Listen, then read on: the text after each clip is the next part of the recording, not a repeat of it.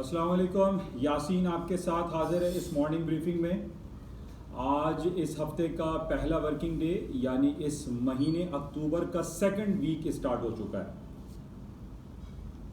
2 दिन हफ्ता और इतवार कोई ऐसी ख़ास खबर सिवाय कि जनाब वो ट्रम्प साहब को कोरोना वायरस पैंडमिक का पॉजिटिव टेस्ट आ गए हैं, जिसकी वजह से उनकी जो इलेक्शन कैंपेन है वो डिस्टर्ब हो गई है, वो स्लो हो गई हैं, वो हॉस्पिटलाइज हो गए हैं, वो रेस्ट कर रहे हैं। इस किस्म की खबरें मार्केट में भरी पड़ी रही इन हफ्ता और इतवार पे।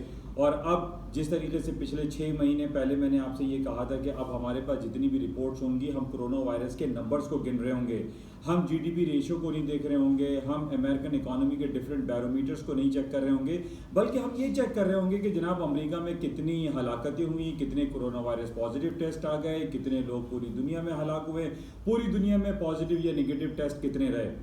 अब हमारे पास जो बैरोमीटर बन गया है वो मिस्टर ट्रम्प साहब बन गए कि ट्रम्प साहब हॉस्पिटल में गए, ट्रम्प साहब हॉस्पिटल से आ रहे हैं, ट्रम्प साहब को पॉजिटिव हो गया, ट्रम्प साहब के प्लेटलेट कम हो रहे हैं, ट्रम्प साहब के ऑक्सीजन लेवल्स कम हो रहे हैं, ट्रम्प साहब के ऑक्सीजन लेवल बढ़ रहे हैं। अब ट्रम्प ट्रम्प ट्रम्प इसी के पीछे और इसी के गिर्द मार्केटें घूम रही हैं।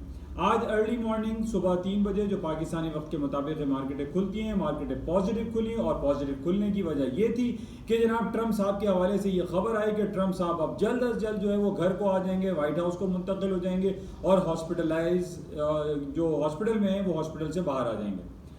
अब इस बेसिस पे एक मुस्बत अंदाज आया, एक पॉजिटिव टेरिटरी में मार्केट आ गई। अब हमारे पास जितनी भी रिपोर्ट्स आ रही हैं उसमें यही कहा जा रहा है कि ट्रम्प साहब जो है वो जल्द रिकवर कर जाएंगे, जिसकी वजह से आज हम सुबह से मार्केट पॉजिटिव टेरिटरी में देख रहे हैं। लेकिन इसके अलावा जो सबसे इंपॉर्टेंट इवेंट हमारे पास पिछले 4-5 दिनों से चल रहा है वो चाइना में होने वाली नेशनल हॉलिडे छुट्टियों के हवाले से।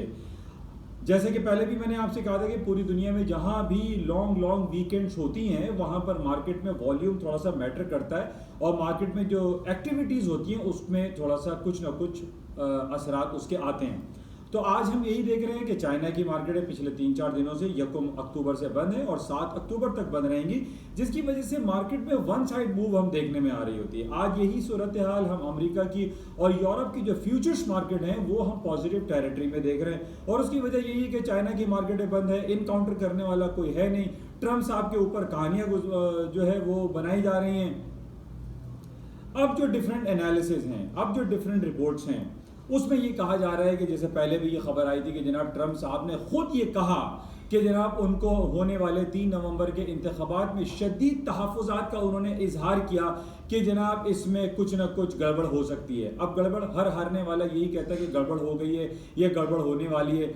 तो यहाँ पर हमें ये पॉइंट बहुत इंपॉर्टेंट रेज हो रहा है कि ट्रम्प साहब की जो डिफरेंट रिपोर्ट्स आ रही हैं और उनके जो पिछले 4 साल का दौरे हुकूमत अगर हम देखें तो उसमें बहुत ज़्यादा नाराज़गी का पहलू ज़्यादा दिखाई देता है, ना कि पॉजिटिविटी का। ट्रम्प साहब पिछले 4 साल पहले जब अपने मंशूर के हवाले से एक इलेक्शन कैंपेन कर रहे थे, उन्होंने बहुत ज़्यादा ये बातें की थी कि जनाब मुसलमानों को बैन कर देंगे और मेक्सिको पे दीवार उठा देंगे। उससे बहुत ज़्यादा लोग नाला हुए और लोगों के जहनों में ये बात आई कि हिलरी क्लिंटन 2016 में जीत जाएंगी और ट्रम्प साहब हार जाएंगे। लेकिन ऐसा नहीं हुआ, मामला इसके बरक्स हुए और जनाब ये इल्ज़ामात भी सामने आए कि रूसी सदर पुतिन, व्लादिमीर पुतिन साहब या रशियन प्रेसिडेंट या रशियन लॉबी या रशियन मैनेजमेंट ने ये काम किया और एक पॉलिटिकल हैकर के तौर पर वो सामने आए और जनाब ट्रम्प साहब को रातों रात जिता दिया गया। हालांकि ट्रम्प साहब की उम्मीद नहीं थी जीतने की, जो उनके खिलाफ जो बातें हो रही थी। अब रिसेंट हमारे पास 3-4 महीने पहले ब्लैक लाइव मैटर के हवाले से बहुत ज़्यादा संगीन सूरत हाल हमने देखी और ट्रम्प साहब के खिलाफ बहुत सारी बातें हुई और उन्होंने रेसिज्म के हवाले से कुछ कमेंट ऐसे दिए कि लोग अमरीकी अवाम नाला दिखाई दें। ना सिर्फ अमरीकी अवाम बल्कि पूरी दुनिया में अक्रॉस दी बोर्ड हमने ये देखा कि ट्रम्प साहब के खिलाफ एक कुछ लॉबी जो है वो काम करती हुई दिखाई दी, ट्रम्प साहब से नाराज़गी का इजहार करते हुए दिखाई दिए क्योंकि उन्होंने जिस तरीके से इस मामले को हैंडल किया वो प्रॉपर नहीं था, वो मुनासिब नहीं था। अब ये सारी खबरें आ रही हैं कि जनाब पिछले 9 महीने तक तो कोरोना वायरस पैंडेमिक का कोई असर व्हाइट हाउस के अंदर नहीं आया, या व्हाइट हाउस में 2-3 लोगों को आया, वो रेस्ट होने के बाद वापस घर पे आ गए। लेकिन अब एट द 11th आवर, जबकि सिर्फ 29 डेज अब इलेक्शन में, 28 डेज इलेक्शन में रह गए, और यका हमें ये बात सुनाई देती है कि जनाब ट्रंप साहब और उनकी मिसेज मेलानिया ट्रंप को कोविड-19 पॉजिटिव टेस्ट आ गए हैं। अब यहाँ पर एक कॉन्स्पिरेसी तो ज़रूर नज़र आती है कि जैसे पीछे से हमें ये कोई खलाई मखलूक है जो कि सारे काम कर रही होती है, चाहे वो पाकिस्तान हो, वो अमेरिका हो, पूरी दुनिया में खलाई मखलूक बहरहाल काम करती है, जिसको हम हिडन इस्टेब्लिशमेंट भी कह सकते हैं। अब हमें यही दिखाई दे रहा है कि जनाब ट्रंप साहब की डिफरेंट पॉलिसीज़ के अगेंस्ट में, इवन कि हम ये भी देख रहे हैं कि ट्रंप साहब ने जिस तरीके से पिछले 4 सालों में चाइना के मैटर को हैंडल किया है, चाइना के ऊपर बिलियंस ऑफ डॉलर के टैक्सेस, इंपोर्ट ड्यूटीज लगाने की जो बातें की, चाइना को नाराज किया, कनाडा को नाराज किया, यूरोपियन यूनियन को नाराज किया, रशिया को बहरहाल नाराज किया या नहीं किया वो एक अलग चैप्टर है, क्योंकि रशिया के ऊपर तो ये इल्ज़ाम लगा हुआ है कि 2016 के इंतखाबात जो है वो रशियन लॉबी की वजह से ही ट्रंप साहब जीते थे। तो हम पूरा अगर जायजा लेते हैं तो हम ये देखते हैं, चाहे वो यूरोप हो, एशिया हो, मुस्लिम कंट्रीज हो, या फिर चाइना हो, यूरोपियन कंट्री, कनाडा हो, ये तमाम ट्रंप साहब से नाराज दिखाई देते हैं। ट्रंप साहब की किसी बात को जो है वो खातिर में नहीं लाते। पिछले दिनों रीसेंट बात है कि जनाब वी चैट एंड टिकटॉक को उन्होंने कहा कि मैं इसको बैन कर रहा हूं, और बड़े अपनी साइनें इस तरीके से दिखाते थे कि जनाब मैंने एग्जीक्यूटिव ऑर्डर पास कर दिया है, और जनाब वी चैट और टिकटॉक, इवन के फेसबुक और ट्विटर, इन सब सोशल मीडिया पे पाबंदी लगा दी जाएगी। तो यहाँ पे जो बड़ी बड़ी जाइंट कंपनीज है, इनके ऊपर भी हम देखते हैं कि वो ट्रंप साहब से नाराज दिखाई देते हैं। इन बेसिस पे हम ये देख रहे हैं कि ट्रंप साहब के खिलाफ कहीं ना कहीं कोई लॉबी काम कर रही है, जो ये चाहती है कि अब ट्रंप साहब आइंदा जो सदर हैं अमेरिका के, वो ना बने। तो माइट पॉसिबल ये कोरोना वायरस पैंडेमिक का ड्रामा रचाया जा रहा है अमेरिका की इकोनॉमी में, अमेरिका की पॉलिटिकल सिस्टम में, और ये कहा जा रहा है कि जनाब ट्रंप साहब को कोरोना वायरस पॉजिटिव आ गया है, और अब जनाब वो कैंपेन सही नहीं चला सकेंगे, और जब वो हार जाएंगे तो हारने के बाद भी यही राग अलापा जाएगा कि जनाब चूंकि उनको कोरोना वायरस था, उनकी वाइफ को कोरोना वायरस पैंडेमिक पॉजिटिव आया था और वो हार गए। तो बहरहाल जो हालात और वाक़यात हैं पूरी दुनिया में, वो ट्रंप साहब से नाराज़ ज़्यादा दिखाई देते हैं। और इसी तरीके से हम ये देख रहे हैं कि अभी पिछले दिनों जो अब्राहम एकॉर्ड के हवाले से उन्होंने जो सिलसिला चलाया, और ये कहा जा रहा है कि वो इस्लामिक वर्ल्ड में एक अमन और शांति का पैगाम लेकर आ रहे हैं, लेकिन ये कैसी अमन और शांति है जिस अमन और शांति के लिए ये काम कर रहे हैं, यानी फ़लस्तीनी मुसलमानों के लिए वो कह रहे हैं कि यहाँ पर पीस आना चाहिए, और उनकी मीटिंग में फ़लस्तीन का एक रहनुमा भी बैठा हुआ नहीं होता। तो ये किस किस्म की जो है जनाब पीस प्रोसेस है। तो बहरहाल इस हवाले से भी बहुत सारी चहमगोइयाँ हो रही हैं। अभी फिलहाल ये बातें हो रही हैं कि जनाब अब लबनान भी जो है वो अब्राहम एकॉर्ड पे दस्तखत करने के लिए जा रहा है, और इसराइल की इंटेग्रिटी को वो एक्सेप्ट कर लेगा। बहरहाल देखते हैं इस हवाले से क्या सूरत हाल होती है। लेकिन आज हम सुबह से जो मार्केटें देख रहे हैं उसमें पॉजिटिविटी का फैक्टर जो दिखाई दे रहा है, उसमें सिर्फ यही कहा जा रहा है कि जनाब ट्रंप साहब के ऑक्सीजन लेवल बेहतर हो गए हैं, ट्रंप साहब अब घर पे वापस आ जाएंगे, तो इस वजह से स्टॉक मार्केट आज हम ऊपर की तरफ देख रहे हैं। तो बहरहाल it is a part of the game. और दूसरी तरफ जैसे मैंने आपसे कहा कि चाइना की मार्केटें बंद हैं, इसको हमें ज़रूर नज़र में रखना चाहिए कि मार्केटों में जो भी मूवमेंट आ रही है वो चाइना के बंद होने की वजह भी कह सकते हैं। अच्छा, गोल्ड की बात कर लेते हैं। गोल्ड की कीमतें अभी तकरीबन $1900 के हिसाब से चल रही हैं। अभी 1895, 95, 6 पे मार्केटें चल रही हैं। पहले भी मैंने आपसे ये जिक्र किया था कि गोल्ड की कीमतें नीचे की तरफ जो ड्रास्टिक जो मूव कहते हैं, ये 10, 20, $50 की मूव को हम मूव नहीं समझते। ये तो ठीक है, it is a part of the game है, और इसमें भी लोगों को लॉसेज एंड प्रॉफिट्स होते हैं। लेकिन सबसे इंपॉर्टेंट पहलू समझने की ये ज़रूरत है कि पूरी दुनिया में इस वक्त इंटरेस्ट रेट नियर ज़ीरो चल रहा है, और जब तक अमेरिका और पूरी यूरोपियन इकोनॉमीज़, इवन के एशियन मार्केट में इंटरेस्ट रेट नहीं बढ़ाया जाएगा, सोने की कीमतें नीचे की तरफ नहीं आएंगी। सोने की कीमतें उस वक्त नीचे आएंगी या 1840, 1840 का जो इंपॉर्टेंट सपोर्टिंग लेवल है, ये उसी वक्त टूटता हुआ दिखाई देता है जब हमें ये खबरें आएंगी कि जनाब इंटरेस्ट रेट पूरी दुनिया में बढ़ाने का कोई इंडिकेशन हमें नज़र आए। तो अदरवाइज गोल्ड की कीमतें ऊपर की तरफ ही देखी जा सकती हैं। दूसरी वजह गोल्ड के ऊपर रहने की हम ये कह सकते हैं, पूरी दुनिया में आजकल सरफहरिस्त आर्मीनिया और आज़रबाईजान में जंगी कैफियत चल रही है। इस बेसिस पे भी सोने की कीमतें ऊपर हैं। सऊदी अरब और यमन की कहानी आपके सामने है।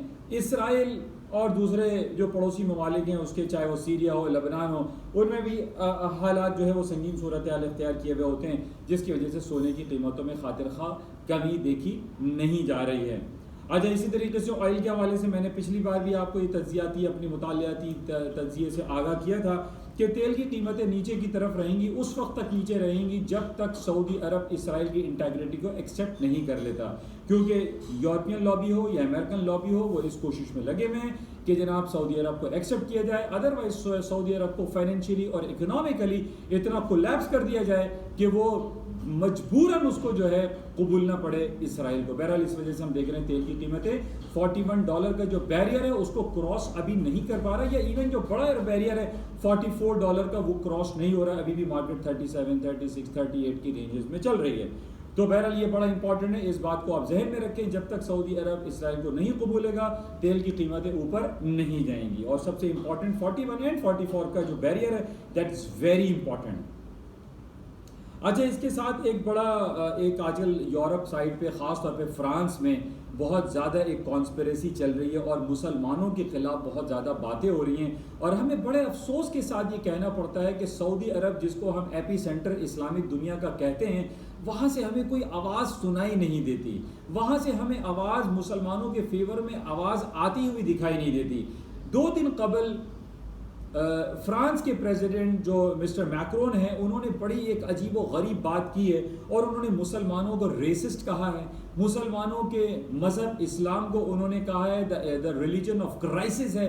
इस हवाले से सऊदी अरब की तरफ से हमें कोई कंडेमनेशन वाले अल्फाज सुनाई नहीं देते। हम ये देख रहे हैं कि Al Azhar university, Al Azhar institute of Islamic research जो कि मिस्र में है, वहाँ से एक प्रोटेस्ट वाली आवाज़ या कंडेम वाली आवाज़ सुनाई हमें दी, और उन्होंने फ्रांस के ख़िलाफ़ आवाज़ बुलंद की है कि फ्रांस के प्रेसिडेंट मैक्रोन ने द रिलीजन ऑफ क्राइसिस का जो वर्ड इस्तेमाल किया है इस्लाम के लिए, दैट इज़ वेरी नेगेटिव। और इसके हवाले से हम ये समझते हैं कि OIC की मीटिंग कॉल होनी चाहिए, अरब लीग की मीटिंग कॉल होनी चाहिए, और हम ये देखते हैं कि सिवाय अल Azhar university, Al Azhar institution के अलावा किसी ने कोई आवाज़ बुलंद नहीं की। इतनी नेगेटिव बात मैक्रोन साहब ने की है कि ये मज़हब crisis, the religion of crisis है, रेसिज्म इसमें भरा हुआ है, और ये टेररिज्म के हवाले से जो बातें उन्होंने की हैं इस्लाम के लिए, ये इंतहाई नामुनासिब रवैया है मैक्रोन साहब का, जिसकी जितनी ज़्यादा कंडेम किया जाए जिसको वो कम है। और हम समझते हैं कि तमाम इस्लामिक वर्ल्ड को इस हवाले से अपने मौक़िफ़ का इजहार ज़रूर करना चाहिए।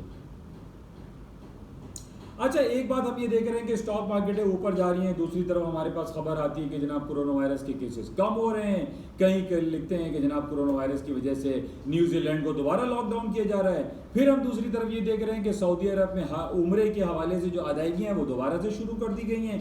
तो ये बात समझ में नहीं आ रही है, कोरोना वायरस क्या ये पॉलिटिकल स्टंट के तौर पे इस्तेमाल किया जा रहा है, या इस कोरोना वायरस को एक किसी कॉन्स्पिरेसी थ्योरी के लिए इस्तेमाल किया जा रहा है। जहां ज़रूरत होती है वहां कोरोना वायरस आ जाता है, जहां किसी को मारना होता है वहां कोरोना वायरस आ जाता है, जहां सब कुछ चिल हो रहा है वहां कोई कोरोना वायरस नहीं। तो ये अजीब व गरीब कॉन्स्पिरेसी है, और what is the story behind it ये हमें शायद 10 साल के बाद पता चले।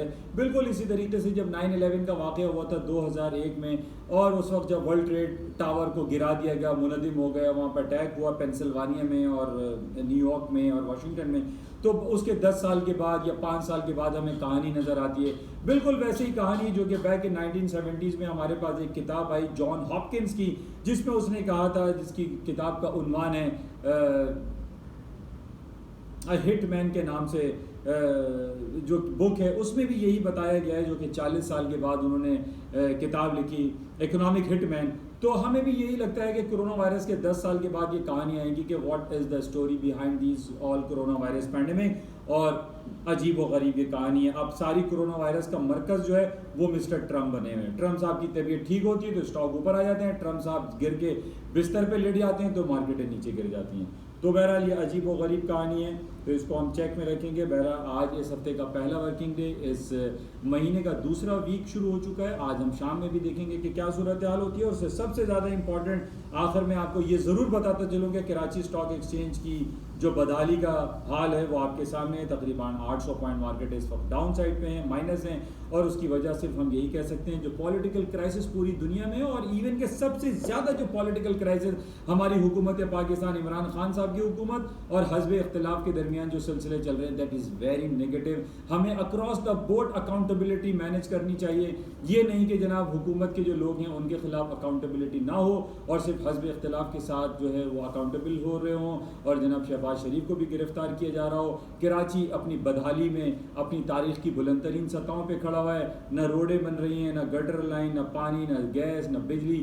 कुछ आते हैं झिलमिल और ये इस तरीके से यहाँ पर सिलसिला चल रहा है। बल्दियाती निज़ाम कराची में तबाह हो चुका है। लोग अपने मदद आपके तहत काम कर रहे हैं। यही सारे इंफ्रास्ट्रक्चर है जिसकी वजह से हमारे पास पिछले हफ्ते रिपोर्ट आई थी कि पाकिस्तान की फिशरीज जहाँ पर बहुत ज़्यादा एक्सपोर्ट होती थी, फॉरेनर यहाँ पर नहीं आ रहे हैं, वहाँ पे गंदबला बहुत ज़्यादा है।